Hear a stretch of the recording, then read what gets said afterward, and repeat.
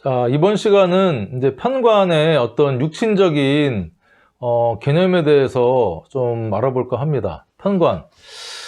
자, 일단 편관의 육친적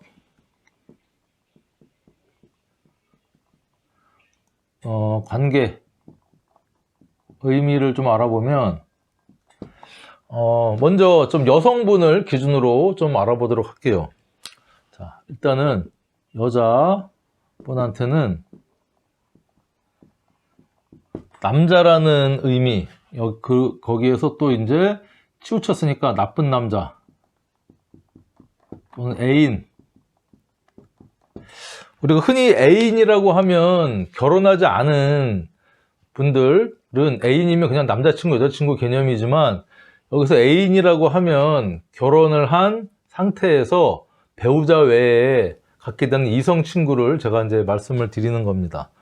자, 먼저 이제 여자 기준에서 말씀을 드려보면, 내가 간목이다. 자, 간목이다 했을 때, 나의 정관, 나의 본 남편은 누구죠? 그쵸? 신금입니다. 신금. 그러니까 음양의 짝이 맞는 겁니다. 간목은 양이고 신금은 음입니다. 그래서 이 정관에 음양의 짝이 맞는데, 그래서 간목이 여자일 때 이 편관은 그쵸? 양이기 때문에 이게 이제 조금 문제가 생기는 겁니다. 왜냐면 자, 을목, 내 을목. 겁재는 내 친구이자 동료이자 배다른 형제이자 경쟁자이자 협업자이자 뭐 그런 의미가 있습니다. 그러니까 나는 아니에요. 그렇죠? 내 형제가 될 수도 있고, 뭐 친구가 될 수도 있고, 동료가 될 수도 있고, 배다른 형제가 될 수도 있고, 뭐 같이 일하는 뭐 동업자나 협업자가 될 수도 있지만, 그 겁재의 정관이 누구죠? 을목의 정관은 편관입니다. 을경합을 하는 모습이죠. 을경합. 그러니까 나의 남편은 신금이고 내 친구 겁재의 남편이 편관인데, 내가 편관을 만나면 내 친구의 남편을 만나는 꼴이죠. 그러니까 일단은 이 정관, 이 그림에서 보면 간목은 양입니다. 양의 기운이고, 시작하는 기운이고, 발산하는 기운, 발진하는 기운이고, 막 봄의 기운이고, 어린애 같은 기운이고, 좀 그런 기운인데, 신금 같은 경우는 섬세하고, 그렇죠? 좀 까칠하고 까탈스럽고 예민하고 어떤 그런 글자의 의미를 가지고 있어요. 그러다 보니까 이 간목한테 이 정관은 안정적인 모습이긴 하지만 조금 눈에 들찹니다. 아무래도 그러겠죠. 간목은 여자가 양인데 남자는 신금에 좀 섬세하고 디테일함을 강조하는 그런 남자다 보니까 그 신금보다는 내 친구의 남편인 경금이 훨씬 멋져 보이는 겁니다. 경금 자체는 또 의미가 숙살지기, 한칼, 카리스마, 그쵸? 맺고 끊는 게 확실한 그런 멋있는 그런 의미가 있어서 이 편관이 나쁜 남자 또는 애인의 어떤 의미가 있다고 여러분들이 이해를 하시면 돼요. 이것뿐만 아니라 나머지도 다 마찬가지입니다. 나머지도 그렇죠? 재성 때도 강의를 했겠지만 간목의 정제가 기토죠. 갑기합 하니까 남자 기준으로 내가 간목일 때 내 본 부인, 내 아내는 기토가 되는 겁니다. 그렇죠? 그렇다면 내 친구 을목의 배우자는, 아내는 누구죠? 편재, 제수씨나 형수님이 되는 겁니다. 그런데 내가 내 겁재의 본 부인인 무토를 만나면 이게 잘못된 만남이죠. 애인, 그렇죠? 그런 관계로 우리가 해석을 할 수가 있다는 거예요. 인성도 마찬가지입니다. 간목 기준으로는 나한테 정인이 개수죠. 친엄마의 개념이 엄마의 개념이고, 그리고 이 편인은 계모라고 합니다. 계모. 그러니까 지금은 뭐 우리가 뭐 사회적인 이슈로 계모가 나쁜 의미라고 하지만, 그러니까 단순히 딱 계모라고 못 받기는 힘들고요. 좀 나한테 온전한 이렇게 다 올인하지 않는 엄마? 예를 들면 또 이제 어떤 일을 하는 엄마이기 때문에 나한테 온전히 신경을 못 써주는 엄마라고도 해석을 할 수는 있지만, 이 을목한테 임수가 정인인 거죠. 그렇죠? 얘는 음이고 임수는 양이니까 음양의 조화가 맞아서 내 친구의 엄마가, 그렇죠? 내 배다른 형제의 엄마가 임수인데, 그럼 나한테는 계모나 나를 낳아준 엄마는 아니라는 겁니다. 그런 의미로 우리가 육친관계를 해석을 할 수가 있다. 근데 이게 간단한 것 같지만 여러분들 이거를 계속 생각을 하면 육친적인 관계 해석에 있어서 그렇게 어렵지가 않다라고 말씀을 드릴 수가 있어요. 그래서 아무래도 간목의 입장에서는 좀 너무 예민하고 까칠한 그런 디테일한 신금의 남편보다는 조금 멋있고 카리스마 있는 그런 남편이 경금이 더 처음엔 좋아 보여서 몇 번 만나지만 결국에는 음양이 안 맞고 치우쳐져 있고 어떤 내로남불의 개념으로, 그쵸? 언젠가는 불륜으로 걸리든지 잘못된 결론이 날 수밖에 없는 그런 사이다 보니까 처음에는 멋있어서 카리스마로 만났지만 결국에는 나를 힘들게 하는 존재입니다. 육친적인 남자의 관계로. 자, 그리고 어쨌든 이 편관이 있는 어떤 그런 사주에 편관이 있으면요 좀 멋있습니다. 사람이 좀 카리스마가 있고 까리하다, 뭐 경상도 사투리로 부산 사투리 까리하다, 약간 그런 걸로 보이면 되겠고, 일단은 여자한테 인기가 좀 많아요. 여자들은 전부 다 뭐 안정적이고 나만 사랑해주는 남자를 바라고 또 좋아한다고 하지만, 또 한편으로는 백마탄 왕자 또는 좀 멋있는 남자, 이렇게 조금 터프한 남자, 막 이런 남자를 또 은근히 내심 원하기도 하거든요. 사람이 너무 안정적이면 조금 일탈을 꿈꾸게 돼 있습니다. 그래서 많은 부부들이 유부남 유부녀가 좀 이렇게 외도를 하거나 바람을 피거나 하는 게, 우리가 도덕적으로 봤을 때는, 윤리적으로 봤을 때는 잘못됐다 막 하지만, 뭐 지금 간통죄도 없어지긴 했지만, 자연의 이 음양오행 십천간 십이지지에 돌아가는 모습으로 보면요 뭐 이해가 되는 부분이기도 합니다. 왜냐면 안정은 보수적이고 뭐 편하긴 하지만 사람이 재미가 없거든요. 그러니까 뭔가 좀 짜릿함을 원하기도 한다. 그래서 이 편관이 있는 사람의 어떤 그 특징은, 물론 꼭 남녀 관계를만 얘기를 하기는 그렇지만, 조금 뭐라 그럴까, 어떤 이 이성에 대한 어필 능력, 멋있게 보이게 하는 어떤 그런 능력이 좀 탁월하고요, 호탕하고 자신감도 있고 어떤 이런 모습을 보일 수가 있고, 그 다음에 어쨌든 편관이 있으면 남자든 여자든 카리스마가 있고 좀 도도한 그런 멋이 있고, 그 다음에 성적 매력이 좀 넘칩니다. 성적 매력이 좀 편관이 있다는 것은 뭔가 자신감이 넘치는 거죠. 자신감이 넘치고 뭔가 이렇게 막 조금 불안불안하지만 이성이 볼 때는 참 매력적으로 보일 수도 있는 어떤 그런 십성이다라고 얘기를 할 수가 있어요. 남녀를 떠나서. 그러니까 그 매력 자체는 좀 이렇게 금방 숙이고 이렇게 금방 수놓되지 않는 야생마 같은 어떤 기질이 있죠. 그러면서 약간 도도한, 폼도 좀 잡고 가오, 허세가 좀 있는 어떤 그런 모습일 수가 있겠다. 근데 결국에는 나쁜 남자는 나쁜 남자입니다. 어쨌든 결과가 뭐 좋게 끝날 수 있는 것은 확률이 뭐 1, 20% 될까요? 어쨌든 편관은 편관으로서의 또 작용을 할 수밖에 없으니까, 시작은 뭐 짜릿하고 멋있고 뭔가 그래서 이제 시작은 했지만, 어쨌든 조금 고민을 하고 신중하게 다가가야 할 상대이면은 뭐 틀림이 없다 말씀을 드릴 수가 있어요. 자, 그러면 이제 여자한테는 그렇고, 남자한테는 자식이죠. 자식. 나쁜 자식이냐, 힘들게 하는 자식이다. 힘들게. 책임감 느끼게 하는.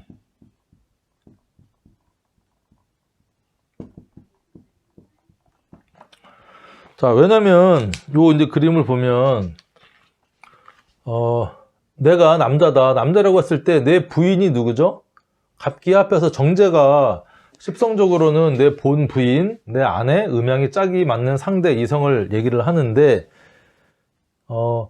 이 여자 입장에서는 이게 여자라고 치면 여자한테는 식상의 기운이 자식의 기운이죠. 내가 낳는, 그쵸? 예를 들면 토생금 했을 때 이 내 부인이 기토라고 했을 때 내가 낳는 기운, 재성이 낳는 기운은 이 관성입니다. 그쵸? 재생관하니까. 그래서 기토 입장에서 음양을 맞추다 보니까 얘는, 그쵸? 음이고 경금은 양입니다. 그러니까 경금 입장에서는 기토가 친엄마가 됩니다. 이해되세요? 아까 이 수생목하는 어떤 그런 의미로. 그러다 보니까 이 편관이 나의 자식이 됩니다. 물론 신금, 정관도 자식이 될 수는 있어요. 그래서 이 경금은 자식 플러스 편관의 의미까지 우리가 같이 봐줘야 될 필요가 있는 거예요. 편관은 어떤 책임감, 무게감, 그 다음에 이렇게 어떤 체면, 나를 힘들게 하는 기운, 이런 걸 뜻하기 때문에 이게 자식이라고 얘기를 할 수가 있고, 그 다음에 또 어떻게 보느냐면 앞에서 말씀드렸지만 이 관성이 강해지면요, 관성이 강해지면 나의 반대편에 있는 기운이 이 비경겁제와 식신상관이 관성의 반대편에 있는 기운이거든요. 그러니까 이렇게 토는 재성은 나를 생해주는 기운이고, 내가 생해주는 기운은 인성이지만 내가 극하는 기운은 경금, 신금 입장에서 내가 극하는 기운은 갑을목이 되고요. 또 나를 극하는 기운이 병화, 정화가 되기 때문에 이 편관이 강해지거나 새로 생기거나 운으로 들어오면 비경겁자와 식신상관의 기운은 상대적으로 낮아지고 힘을 잘 못 쓰게 됩니다. 그러니까 자식이 태어났다, 남자한테 자식이 태어났다고 하면 사주에 편관이 없어도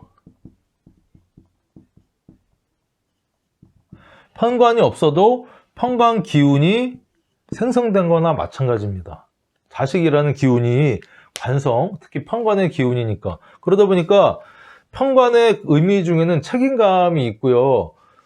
이 식신상관과의 반대 기운을 먼저 얘기하면, 식신상관은 내가 하고 싶은 대로 행동하고 말하고 뭐 교육하고 길러내고 하는 여러 가지 내 활동력을 나타내는데, 결혼을 해서 일단 재성을 만나면 내 행동과 활동은 네 여자를 위하는 활동으로 주로 쓰이다가, 그쵸? 이 편관, 특히 관성, 편관이 생겼다 그러면 이 관성은 내 식신상관을 또 식신상관이 경금, 신금을 극하긴 하지만 금기운이 강해지면요, 식신상관 기운이 상대적으로 떨어집니다. 그러다 보니까 내 활동력이나 내 하고 싶은 거 하는 거를 이 자식이 생김으로써 책임감을 가지고 좀 덜 못하게 되고, 추가해서 이 어떤 비경겁제는 내 어떤 추진력, 그쵸? 내 성능, 내 자존감, 내 뚝심, 그쵸? 내 고집, 이런 것들이 있는데, 그런 것들을 제대로 조금 이 편관이 또 비경겁제를 극하니까 그런 기운으로 종합적으로 작용을 한다. 그래서 우리가 자식으로 볼 수 있다. 이렇게 여러분들이 좀 이해를 하면서 사주 통변할 때 육신적으로는 해석을 하면 좋겠고, 그리고 이 관성, 특히 편관은 공통적으로는 자식이나 뭐 남자의 의미도 있지만요, 어떤 나를 극하는 존재, 나를 통제하는 존재니까 어떤 나의 어떤 상관, 근데 위에 사람을 뜻하고, 또 자영업이나 뭐 가게를 하시는 분들은 손님이 될 수도 있고요. 근데 윗사람, 내 스승, 이런 기운으로도 우리가 읽어낼 수가 있다는 겁니다. 육신적으로, 인간관계적으로. 그래서 두루두루 여러분들 이런 거를 좀 공통적으로 여러분들이 알았으면 좋겠다. 그렇죠? 손님, 뭐 고객도 될 것이고요. 그러니까 어떤 운에서 편관의 기운 또는 관성의 기운이 많이 들어온다 그러면, 자영업을 하거나 하는 사람은요, 힘들지만 힘들죠. 일단 편관도 그러니까 힘들지만 손님이 많아지는 겁니다. 손님이 많아지는 어떤 그런 기운이 들어왔다, 이렇게도 볼 수 있는 거예요. 그러니까 우리가 육신적인 요 의미도 우리가 해석을 하는데 간과하지 말고 잘 보셔야 되지 않겠나, 이렇게 생각이 드네요.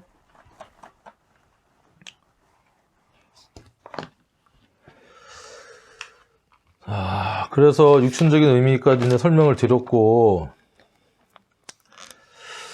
어쨌든 이 사주는, 사주이론은 그 사주에 그 의미가 반대되는 의미를 두 가지를 갖고 있는 경우가 있어요. 특히 이 편관 같은 경우가 그렇고요. 또한 이제 겁재, 그쵸? 우리가 비견겁재에서 겁재 같은 겁재 또한 그런 의미가 있습니다. 이게 무슨 말씀이냐면, 편관은 그러니까 이 이중성을 잘 살펴야 된다. 살펴야 한다. 자, 이 이중성이라는 게 뭐냐면, 먼저 편관에 여러 가지 의미가 있는데요. 이제 편관은 나를 강하게, 무지막지하게 극하는 기운이죠. 이 의미와, 그쵸? 극기 한 후에 얻게 되는 뭐 권위, 권력, 명예, 뭐 리더십, 카리스마, 그러한 직업성을 뜻하기도 합니다. 그러니까 이 편관을 1번으로만 강하게 극하는 기운에서 이게 좀 뭐 소심, 눈치, 고통, 뭐 시련, 수술, 뭐 사고, 뭐 이런 여러 가지 의미가 있는데, 이거를 극기 해내느냐, 그쵸? 편관을 이겨내느냐, 이겨내지 않느냐에 따라서 이 두 가지로 극명하게 가릴 수가 있고요. 이 두 가지를 동시에 바라볼 줄 알아야 됩니다. 그러니까 이거는 이제 소심이라고 대표할 수 있고요. 제가 앞강에도 말씀드렸지만 이것을 대표하는 걸 카리스마라고 이제 어떤 대표한다면, 카리스마하고 소심은 완전히 반대 개념이잖아요. 그러니까 두 가지. 그래서 나중에는 우리가 이제 이 편관의 재화 3법이라고 해서, 편관은 흉신이죠. 내가 극하고 이겨내고 역용을 해야 될 어떤 그런 흉신인데, 편관을 재화해서 쓰는 3법이 세 가지가 있어요. 양인압살, 식신제살, 양인압살, 식신제살, 그 다음에 살인, 상생. 살인상생이라고도 하고 살인소통이라고도 하는데, 요 세 가지 방법으로 잘 극복을 하든지, 아니면 신강해서 비겁의 세력이 강할 경우에는 편관이 극함도 능히 이겨낼 수가 있거든요. 어쨌든 힘들긴 하지만. 그래서 이렇게 편관이 있을 때는 이 두 가지를 다 여러분들이 눈을 크게 뜨고 봐야 됩니다. 그래서 이 편관을 이겨낼 수 있는 글자가 원국에 있는지, 운으로 들어오는지, 그쵸? 이런 것들 잘 봐야 되고, 이런 거랑 비슷한 게 또 뭐가 있었죠? 제가 겁재 강의할 때도 말씀드렸죠. 겁재는 내 재물을, 특히 정재를 겁탈하는, 내가 아끼고 사랑하고 하는 그 정말 소중하게 다루는 돈이든 여자를 무지막지하게 뺏어가는 게 이제 겁재인데, 그런 사람이나 그런 상대가 나한테 있다는 거고요. 플러스 나 또한 그런 기질을, 그런 어떤 뭔가를 뺏고자 하는, 그쵸, 호승심, 그죠? 지기 싫어하는 마음, 투쟁심, 이런 것을 동시에 갖고 있습니다. 그러니까 그런 사람도, 내 주변에 그런 사람도 있어서 조심도 해야 되고, 운으로 들어오느냐, 사주 원국에 있느냐, 그 두 가지를 동시에 다 바라볼 줄 알아야 되는 게 특히 이 편관, 그 다음에 겁재. 이해되시죠? 이렇게 여러분들이 잘 보셔야 돼요. 그래서 편관이면 무조건 힘든 거, 나 진짜 살이 너무 많아서 인생 힘들다라고만 얘기를 하면 안 되고, 물론 쉽게 얻은 어떤 무슨 성취나 그런 것들은 성취감도 떨어지고, 그 빛남이나 남들이 알아주는 그런 업적도 안 되고 좀 약하죠. 그러니까 편관이 있으면 그거를 이겨내려고 하는 마음도 동시에 가지고 있습니다.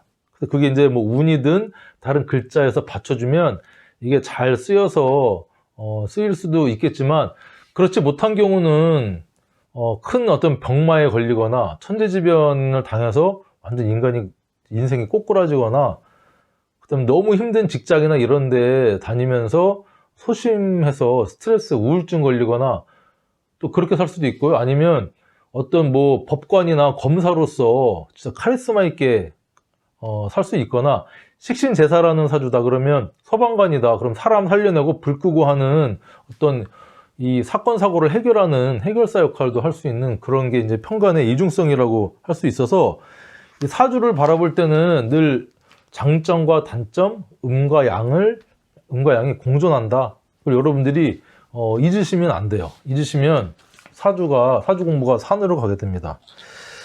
자, 그래서 같은 얘기지만 이 편관을 가지고 있다는 것은요, 어떤 또 의미냐면은 칼이죠, 칼.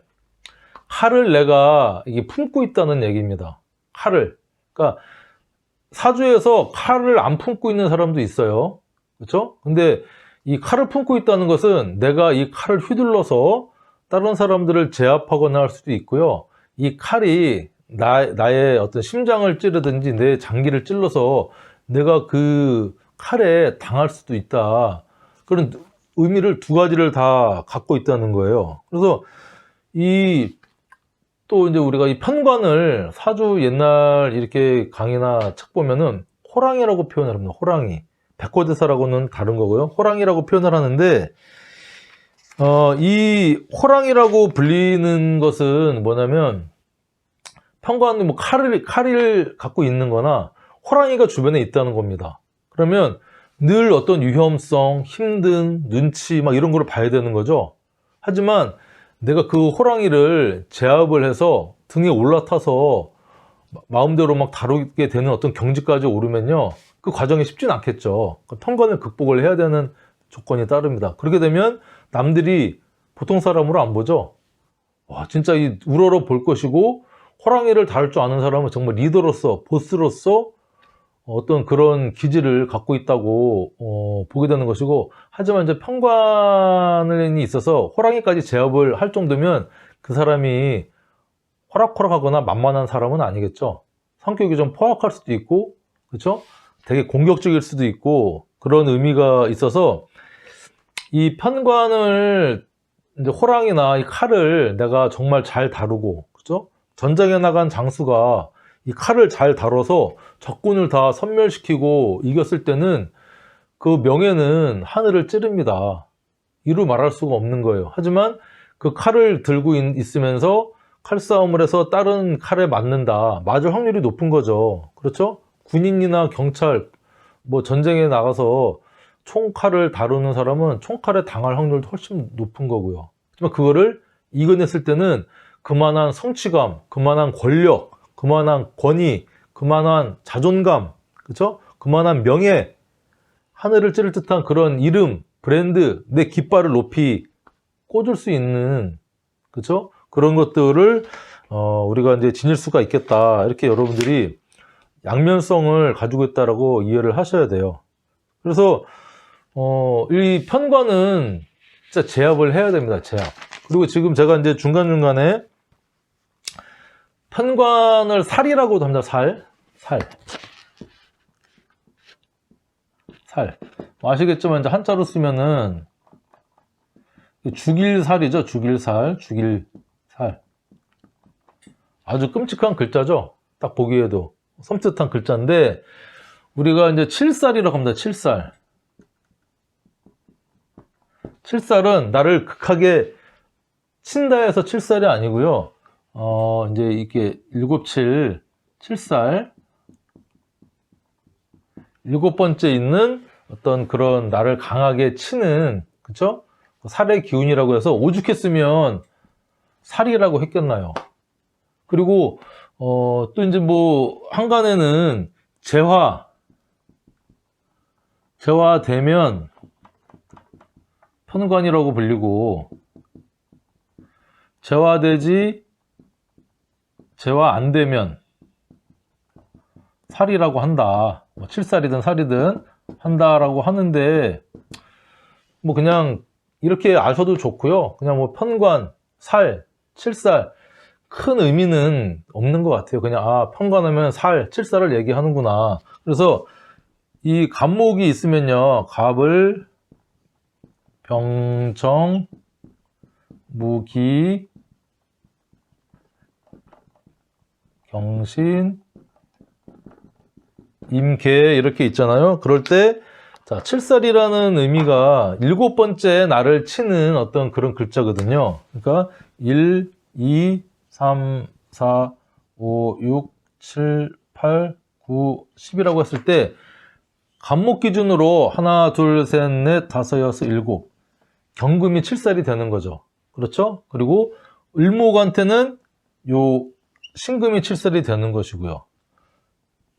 정화한테는 요 개수가 칠살이 되는 겁니다. 그런 의미다라고 여러분들이 참고로 알아두시면 좋을 것 같아요. 뭐 그냥 칠살, 뭐 살, 편관의 각각의 의미라고 해서 이걸 딱딱하게 굳이 구분해서 쓰지 않아도 사주 공부하고 해석하고 통변하는 데는 큰 어려움 없이 제가 이제 해왔으니까 여러분들도 그냥 그렇게 참고적으로만 알아두셨으면 좋겠다 해서 말씀을 드리는 겁니다. 자, 일단은 편관에 대한 어떤 그 기초 개념으로 이제 지금 제가 오늘의 강의 핵심은요, 편관은 나를 힘들게 하는 존재 또는 어떤 사건, 상황이 될 수도 있지만 그것을 이겨내냐 이겨내지 못하느냐에 따라서 그 해석이 하늘과 땅 차이로 크게 달라진다. 이게 핵심입니다. 여기까지 하고 다음 시간에 또 계속 이어나가겠습니다. 감사합니다.